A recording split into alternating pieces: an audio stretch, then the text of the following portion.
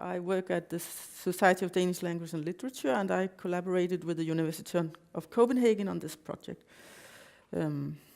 So I want to give you an overview before I really start my presentation. What we do is that we combine data from a thesaurus with data in a monolingual dictionary in order to compile a frame lexicon for Danish, where we take the frames from Berkeley Framenet. Afterwards, we use the lexical data that we create to annotate with the frames we compiled on top of already coarse-grained sense-annotated Danish corpus data. What we want to see is whether the English role inventory can be used on Danish data without problems. We also, most importantly, want to see whether the lexicon we create in fact does cover the corpus data, and if this is really the right method before we start making larger amounts of frame data. So this first project is a kind of pilot project, and we only look at cognition and communication semantic areas.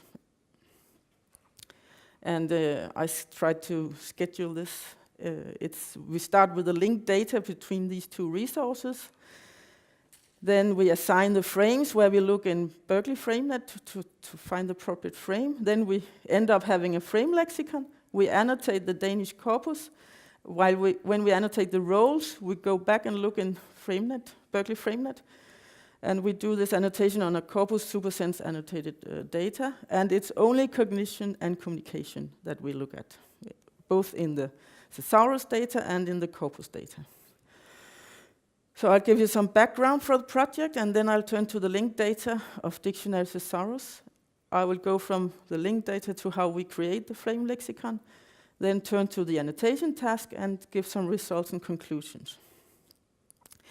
So in fact, this is, for more than 13 years, in Denmark, we worked with creating lexico-semantic resources, all based on the Danish dictionary, which was finished beginning of 2004, we started making a WordNet, and then we used the dictionary and some WordNet information to create a thesaurus, and now we are doing the Framenet, and also other projects were produced at that time, also this corpus that I'm going to use. So it's a pilot project within a bigger research project, financed by the Danish Council for Independent Research. One of the things we produced in this bigger research project was this manual coarse-grained semantically annotated corpus, small corpus with 3,300 sentences. It was presented at eLex. We annotated with 50 supersenses across these sentences, things like noun person, noun food, verb creation. And we used an international standard in coarse-grained sense tagging. And what we could see afterwards was, of course, frequencies of the senses, and verb cognition and verb communication were quite frequent verb senses. So there we were. We had this semantic corpus with the coarse-grained semantics. What we wanted was more information on action events to really try to extract what's going on in the sentences. You need that. We also wanted to follow an international standard, and we chose Berkeley Framenet. Berkeley Framenet state themselves that it's a kind of thesaurus, in fact, Framenet. And we had at the same time finished a Danish thesaurus with a lot of formal information. So we thought, well, why don't we try to combine these two?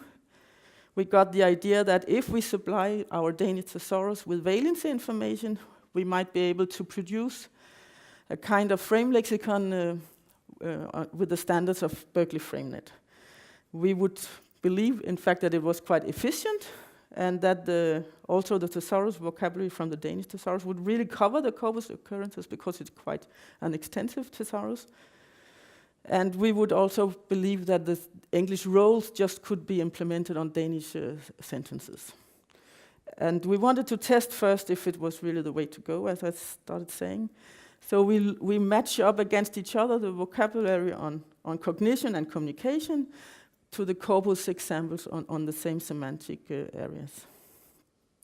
So this Danish dictionary, which is a base for everything here, is in fact very corpus-based. The valency patterns are corpus-based, the collocations are corpus-based. You could say that all these bits of language is a kind of summary of the word's behavior in a corpus.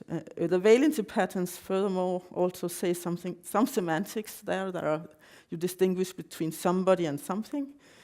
And you could say that these little valency patterns is a kind of, they have a lot of in parallel to the role inventory in Berkeley Framenet. So they were quite crucial information when creating a Framenet from the data. The thesaurus was built on top of the Danish dictionary. It covers 80% of the senses, and they're all linked at sense level. In fact, there are more than 200,000 words and expressions, all being taken from DDU.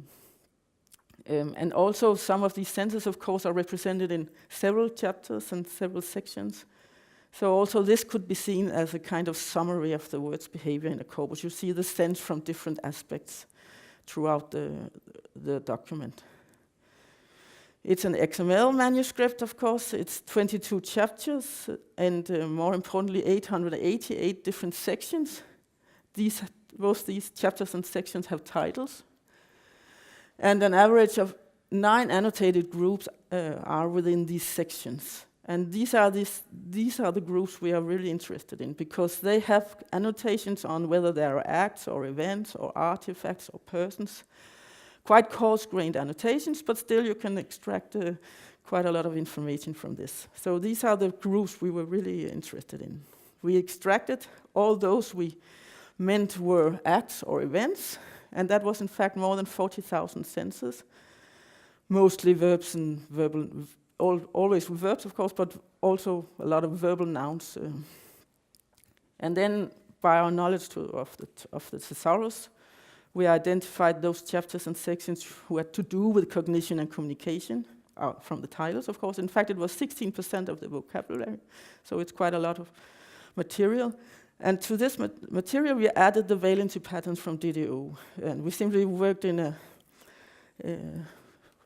this schedule here and added the different, added the frames.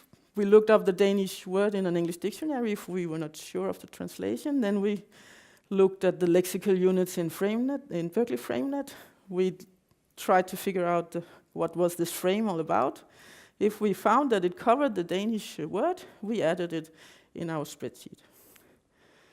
So our hypothesis was, of course, that within these annotated groups, of which there were a total 8,000, the small groups would probably evoke the same frame. You see one group here, in fact. We also thought that within each section, we probably would only need a few different frames from Berkeley Framenet. So here you see a presentation of the groups, the semantic groups. There are 3 semantic groups here, each have their color in the left column. As you can see, one group having just one frame was quite typical because it's both the top and the bottom group. The first one you just had to put the frame attention. On the bottom, it was intentional deception, which was the right frame. The group in the middle was another also typical example, but less typical, however. That one group would need 2 or more frames, but normally you would have a list of words which had the same frame. And it was quite efficient, of course, to assign frame. You just needed to find out for one of the words what is the right frame, and then you could assign the frame on the rest of the vocabulary.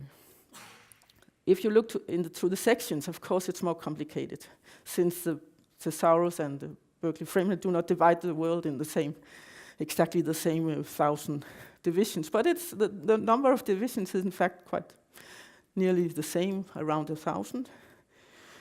So you would have a thesaurus section with a quite broad sense, like to speak simply, and there you would need like 5 different frames. So that was a typical situation, that you had one section and you would need several frames to cover it.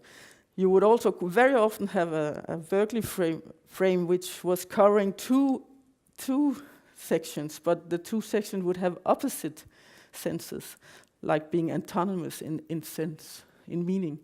And that was a very typical situation because Framenet they consider it one scenario, while in a thesaurus you would consider it very opposite meanings to confirm or to deny, for example. So that was quite typical also. Sometimes you would have a Danish section where you couldn't find any frame at all, like to keep a secret. I was not able to find that frame in Berkeley Framenet. That was rare, but it happened. And what was also quite rare was that one section exactly matched one frame in Framenet. That was the case of all the words having the sense to reveal a secret. They all needed to be assigned exactly that frame from Framenet. So that was an easy example. So what could we see when we had worked through all this material, around 7,000 data lines? That we only, in fact, needed 52 frames to cover all the communication acts, and likewise we needed 54 frames to cover all the cognition acts, all the thinking. That was, in fact, only 5%, each of them, of all the frames in Berkeley, and that made it, of course, so much easier to gain confidence in these frame descriptions, which are quite difficult, to be able to distinguish between the different frames which were closely related, and in that way carry out a quite homogeneous assignment of frames throughout the whole material. This is the kind of dictionary we ended up with. You see the first word having intentional act. The second one is to take. It has like 4 different possibilities of frames. And to the right, you see the Danish expressions which make the word take evoke this frame. So that was the way it was intended to be used when we started to annotate our corpus data. We had a tool which evoked the different frames when it met one of these lexical units. Like we started with the corpus with 3,300 annotated sentences, but we only looked, of course, at those sentences where you had a verb cognition or a verb communication or both. In this example, you have both, in fact, the sentence, I realized that others also were questioned by the police. We already had this coarse-grained information that realized is a verb cognition and that questioned is a verb communication. That was our starting point.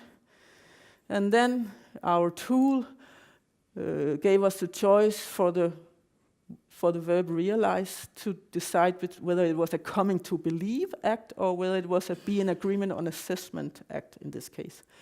And the be, coming to believe, was chosen. For questioned, you only had one choice, namely questioning, which was accepted. You could also have cases where, of course, it was not the right frame, but in this example it was. And afterwards, you assign the roles looking in Framenet on the rest of the arguments in the sentence. So what did we find out then? It was only around 400 sentences that we managed to annotate in this first pilot project, but we never found a case where the English role inventory didn't match the Danish. So that was absolutely true that you could just take the role in inventory. So did the frames based on thesaurus vocabulary then really cover the corpus data? It did, and however there were some problems, of course. Already before we started, before we started annotating, we looked at the corpus vocabulary, all those words which were coarse-grained, annotated with verb communication or cognition, and in fact, there were quite a lot of these words where you would think, what could they ever have this sense? So you had to look carefully in the dictionary, and you could have a broad sense like to fill somebody with knowledge, which, of course, when it was annotated in this corpus, got the annotation communication, while in the dictionary you would not be able to really see that from the definition, that it exactly this sense. So it was not in the thesaurus. Then you would have a lot of ad hoc figurative senses of other words. So that's, of course, a drawback of this method, that there are a lot of material that dictionaries would never even try to represent. And in some cases, I added, in fact, the frames in order to be able to annotate the material. I also added a few sentences to the thesaurus from this knowledge. What we also found after having annotated, that we constantly missed some very important frames, in fact. No, that's the second. The first thing we found out that we missed frames for to mail or to phone because they were in another chapter in the thesaurus. We didn't think of including the chapter on artifacts and devices, but there was all the words on mailing and phoning were only in this chapter. And they are now also in the other part of the thesaurus. What also was interesting is that some of the very frequent verbs missed some important frames, and that's because the thesaurus project really focused on having a large variety of words rather than having all senses of very polysemous words represented. So in both cases, the solution was really to add both in the thesaurus and in the Framenet this data. The last thing was quite interesting, I think. It was that suddenly a cognition verb would have a communication sense in the corpus, which we didn't expect. And that's because some words, I guess also in English, you can use, like mean, you can say, yes, the weather conditions seem to last, he found, meaning that was his opinion, and in the same time he told us. So that would have a communication sense in the corpus. But these senses are really not separate senses in DDO, but they are part of the valency pattern, in fact. So we are able to find them quite easily. We just have to look throughout all the valency patterns, and for all these words, we have to add extra frames where they have a communication sense. We also see it with verbs like he began to say something. Yeah. So that was an interesting part, which we could not have. The thesaurus data would not give us this data because you would never put these words in the thesaurus. They are so dependent on the context that they would be impossible really to understand in the thesaurus.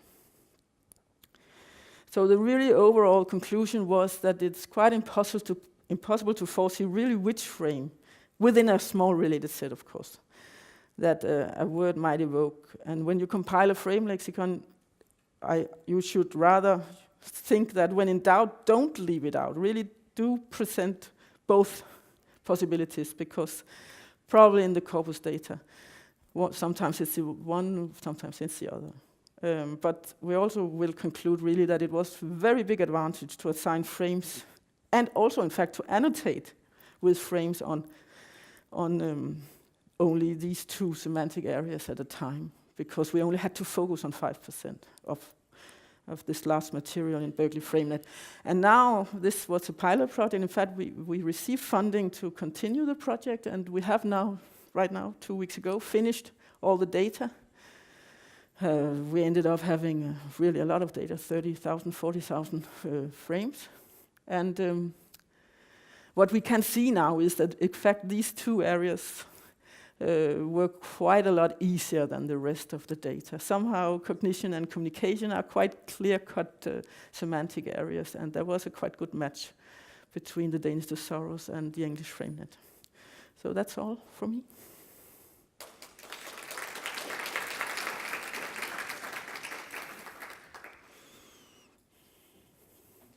Any questions?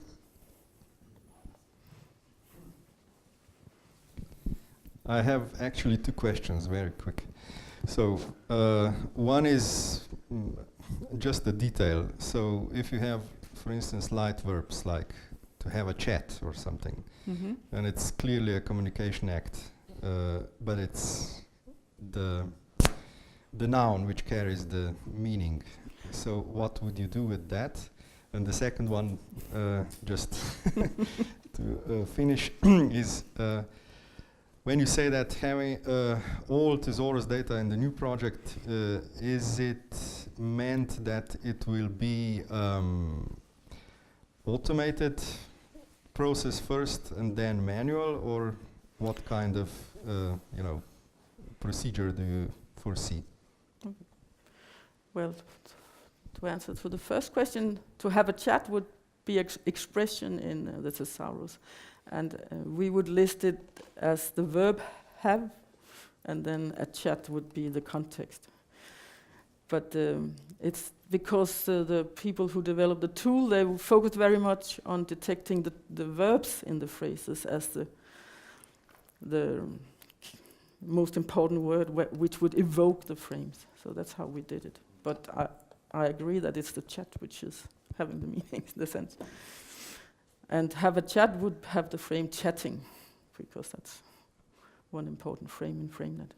For the second question, it was all manually done, this, like assigning, but it's, what we're going to do with the data now, that's what, well, people at the, Søgaard at the university, he wants to try to use it in, to use the patterns from English Framenet analysis on Danish text by using our Framenet to kind of distinguish between the many senses, or so that was the first idea. Or he had people who annotated data basically only by using machine translation on the Danish word, and it didn't really work well. So he wanted more precise data on Danish, and it was in fact really something he needed, and that was a nice feeling that you created all this data in order for it to be used in computational linguistics. But